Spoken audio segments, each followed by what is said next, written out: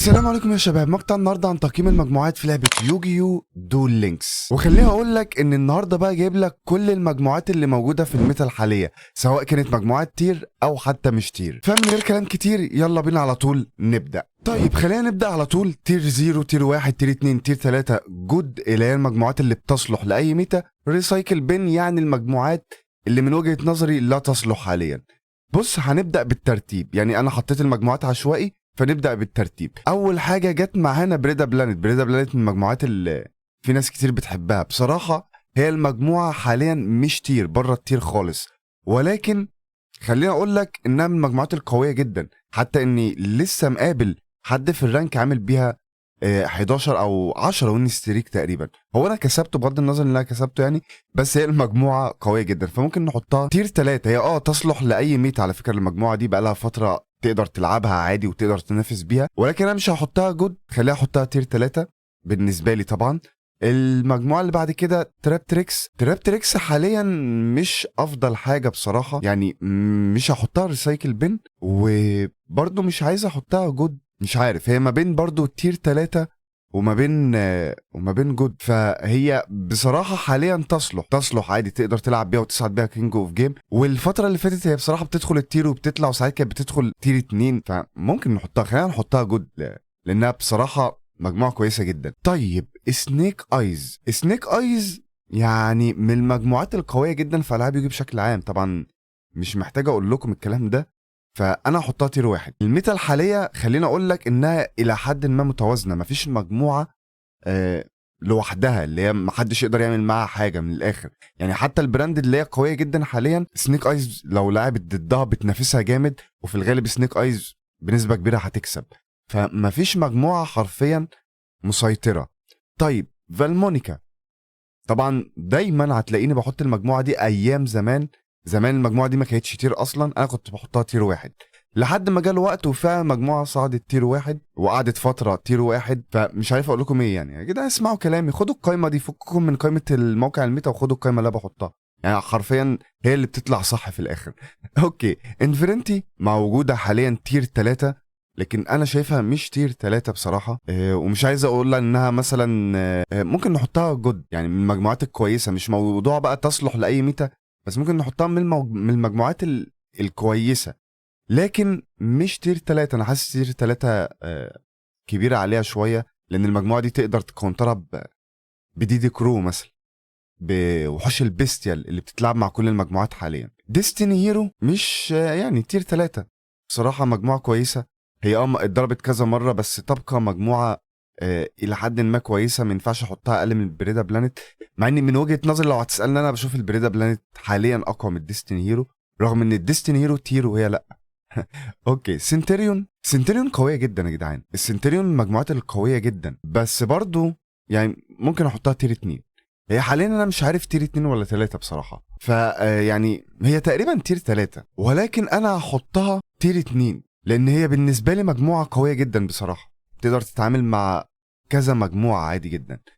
ستار ديست دراجون محتاجه بصراحه هاند قوي وحظ في السحب عشان تقدر تعمل الكومبو القوي بتاع المجموعه. احطها ريسايكل بين رغم المجموعه تير على فكره، يعني هي المجموعه ما زالت تير 3، وده عشان في ناس كتير مصره انها تلعب بيها تصعد كينج اوف جيم على فكره. يعني المجموعه دي تقدر تصعد بيها كينج اوف جيم عادي جدا، ولكن انا بالنسبه لي هي حاليا بالنسبه للمجموعات التانية لا، ما انا احطها ريسايكل بين. بلاك وينج بحس ان هي مظلومه شويه، يمكن عشان ما عندهاش نيجيت، ما بتقدرش تتعامل مع الهاند تراب، ما تقدرش تتعامل مع وحش زي نيبيرو، ولكن مجموعه قويه وفيها كومباك قوي، فهي مش تير، لكن انا هحطها تير 3. مجموعه قويه جدا، انا بشوفها قويه. طيب مجموعه الليبريانز واحده من ارخم المجموعات اللي موجوده حرفيا بصراحه. انا جربتها بكل اشكالها، المجموعه قويه جدا ولكن فيها مشكلة. يعني انت محتاج تبدأ بداية تقدر تطول بيها الدور عشان تكسب او عشان تسيطر على المبارزة، ولكن خصمك لو نهى المبارزة بسرعة، او مثلا انت بدأت اول وهو استلم دور، انت ملعبك مش حلو، ما قدرتش تطول المبارزة، فما فيهاش كومباك. مش ما فيهاش كومباك، مش هتقدر تكسب. انت قوة المجموعة دي في انك تطول المبارزة، يعني بدأت اول تدي خصمك دور، بعد كده تستلم منه الدور، عندك يبقى كويس، هتقدر تطول المبارزه، في الغالب انت هتكسب خلاص، يعني بنسبه كبيره جدا انت كسبان. فممكن احطها جود من المجموعات الكويسه. مش عايز خانه جود النهارده تبقى مخصوصه مثلا للمجموعات اللي تصلح لاي ميتا، خلينا نخليها جود اللي هي المجموعات الكويسه، اللي هي لا هي تير ولا هي مجموعات سيئه. فاوكي، ليبريانس ممكن تتحط في الجود. بيستيال بيستيال لوحدها او مش لوحدها، ممكن تلعبها مع السنتريون. بتكلم عن شكل البيستيال من غير البراندد. بيستيال لوحدها هي تير 3، وانا بشوفها يا تير 2 يا 3. المجموعه دي انا جربتها بقالي فتره بلعب بيها، وان شاء الله ممكن المقطع الجاي او ممكن انزل اصلا المقطع بتاعها قبل ده، مش عارف لسه، بس هي المجموعه كويسه جدا، فانا ممكن احطها تير 2. براندد طبعا مش هتكلم كتير، مش محتاج اقول لك تير 1 واسباب او تير 0 واسباب. هو انا كنت ممكن احطها تير 0 على فكره، ولكن اللي هيخليها احطها تير 1 ان في مجموعات كتير بتنافسها. يعني الفالمونيكا بتنافسها بقوه، سنيك ايز بتنافسها بقوه، حتى البيستيال قويه ضدها. فليه احطها تير 0؟ هي مش ستار ديست مثلا قبل ما تتضرب. ستار ديست قبل ما تتضرب حرفيا كان الفالمونيكا بتنافسها بالعافيه، ولكن حاليا لا، حاليا مجموعات متوازنه جدا. طيب ريزينيتور جود. شادو الريسايكل بن بصراحه مش عارف دي مجموعه الماشينا الريسايكل بن. اوكي، الراجناريكا بصراحه هي مجموعه جديده وقويه على فكره، قويه، بس برضه هرجع اقول لك ان عشان الميتا متوازنه احطها ريسايكل بن. هتقول لي ازاي يعني؟ اقول لك الميتا متوازنه يعني كل المجموعات تقريبا قويه، فدي هتعمل ايه في وسطهم؟ صعب جدا. التاكيون كانت قويه ضد مجموعات الدراجون اللي هي تقريبا شبه اختفت. هتقولي لا ازاي، ده في سنتريون وفي براندد وفي بيستيال. انا عايز اقولك بيستيال وبراندد اصلا يكسبوا التاكيون بكل سهوله. يعني هو وحش البيس بس يحطوا مقلوب او يحطوا فيس اب ويتخلص من الملعب كله. فعشان كده حاليا ريسايكل بين بصراحه مش هقدر احطها حتى جود. طيب الدليتش، طبعا هنا الدليتش في فرق ما بين الدليتش والليبريانس، فانا هنا بتكلم على مجموعه الدليتش نفسها مع مهاره الرجل الاقرع. طبعا احطها جود. المهاره دي اصلا مع معظم المجموعات اللي بتتلعب بيها تقدر تحطها جود على طول بسبب المهاره تكفي. المهاره بتضيف لك بدترا او كاجو، فدي حاجه بتديك افضليه قويه جدا تاني. طيب جيميك بوبيت جود، مش محتاج اقول لك طبعا المجموعات دي من المجموعات اللي دايما هتلاقيني بحطها جود. انفرنويد، واحد هيقول لي واو انفرنويد رجعت. لا هي ما رجعتش، هي بتتلعب مع سنيك ايز. يعني هو انا مش عايزه افصلهم عن بعض لان هنا يعتبر سنيك ايز، خليني مقيمش المجموعه لاني يعتبر قيمتها هي من ضمن اشكال سنيك ايز تير 1. اوكي طيب دي مجموعه البي اي اس. بصراحه هي مجموعه رزله بسبب يعني انه بيقدر يخلي وحوشها ضد الاستهداف، فدي ميزه عند المجموعه، ووحوشها كويك افكت. ولكن هل تقدر تنافس حرفيا الميتا دي؟ فما اعتقدش بصراحه. هي تقدر تصعد كينج اوف جيم. خليني اقول لك، شايف كل المجموعات اللي تحت دي تصعد كينج اوف جيم، مش معنى ان انا حاططها ريسايكل بين فانها ما تصعدش. وفي مجموعات اصلا مش موجوده في التقييم بتاع النهارده وتصعد كينج اوف جيم عادي جدا. انا دايما بقول اي مجموعه كامله معاك هتقدر تصعد بيها كينج اوف جيم. فكينج اوف جيم حاليا مش مقياس بالنسبه للناس المحترفه جدا اللي بتلعب بطولات وكده، فده بالنسبه لهم حاليا مش مقياس، لان الكينج اوف جيم موضوع سهل تقدر تصعده طالما انت فاهم اللعبه وفاهم المجموعه اللي بتلعب بيها. طيب دي مجموعه الريكا. مجموعه الريكا بصراحه خليها احطها خارج برضو مش خارج التقييم. ريسايكل بين حاليا زيها زي الراجناريكا. السيئه جدا المجموعه دي يا جدعان.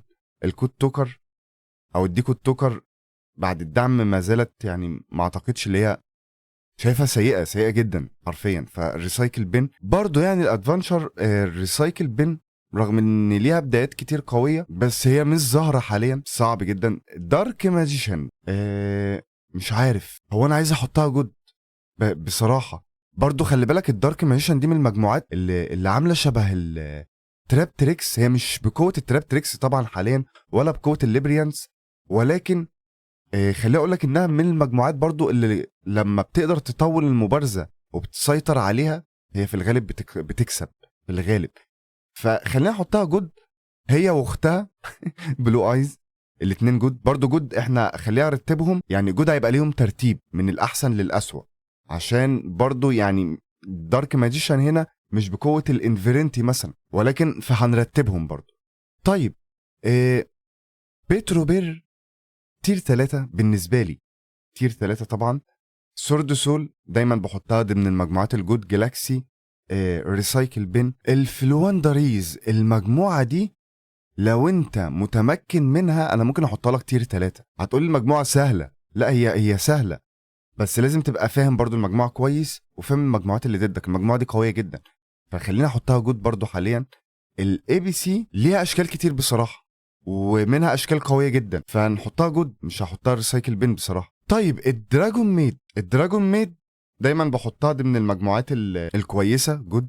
ثاندر دراجون، ثاندر دراجون خلي بالكم، ثاندر دراجون اللي هي ليها شكل مع البيستيال، فبرضو هي ثاندر دراجون لوحدها تحطها ريسايكل بين، رغم برضو اللي ليها اشكال وطرق في اللعب قويه جدا. ولكن خليني اقول لك ان ثاندر دراجون اللي هي موجوده قدامنا دي، او اللي جايبها من موقع الميتا، هي كل اشكالها مع البيستيال، فخلينا برضو نتعامل معاها زي الانفرنويد على اساس انها واحده من ضمن اشكال البيستيال. اوكي، روكيت جود، مش هينفع احطها ريسايكل بين، مش عشان انا بحبها طبعا، ولكن لا، المجموعه لما بتبدا اول ليها شكل قوي جدا او ملعب قوي جدا، ولما بتبدا تاني عندها صامن كتير فصعب توقفها. هي مشكلتها ما فيهاش كومباك، مشكله المجموعه دي قولا واحدا مجموعه زيرو كومباك حرفيا.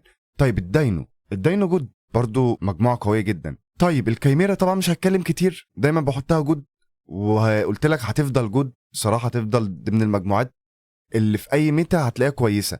نوفلز نفس الموضوع جنب اختها كايميرا، دايما بحطهم جنب بعض. يوتوبيا، يوتوبيا من المجموعات اللي بتقدر تعمل ملعب في 2000 نجيل، ولكن دارك رولر، بيدت راع، كايجو، لافاجولوم، دروبلت هحطها ريسايكل بين، رغم ان المجموعه في ناس لحد دلوقتي لسه بتصعد بيها كينج اوف جيم، بس عادي زي ما قلت لكم هي كل المجموعات اللي تحت دي بتصعد كينج اوف جيم. طيب اخيرا عايزين نروح للجود نرتبهم. انا احط انفيرنتي اول حاجه بصراحه، يعني احطها اول مجموعه، احط الليبريانس بعديها، ممكن بقى الباقي نفس المستوى باستثناء الدارك ميشن والبلو ايز ممكن نحطهم اخر اتنين. اعتقد اللي هي كده الباقي كله متوازن، الباقي كله حرفيا متوازن. انتوا يعني برضو انا قولوا لي رايكم في التعليقات في تصنيف الجود. يعني انا شايف ان اهم حاجه انفيرنتي، ليبريانس ممكن يكونوا لا التراب تريكس شويه. المجموعات دي ممكن تكون فارقه عن باقي المجموعات شويه، فقولوا لي رايك في الكومنتات برضو. ايه المجموعه اللي انا مثلا حاططها تير واحد شايفها لا مش تير واحد؟ ايه المجموعه اللي انا حاططها تير 3 او جود او ريسايكل بين وانت شايفها تير عادي؟ يعني كلها اراء، كل واحد بيقول رايه، مفيش مشكله. وبس كده، ده كان كل حاجه النهارده، اشوفكم الفيديو الجاي، سلام.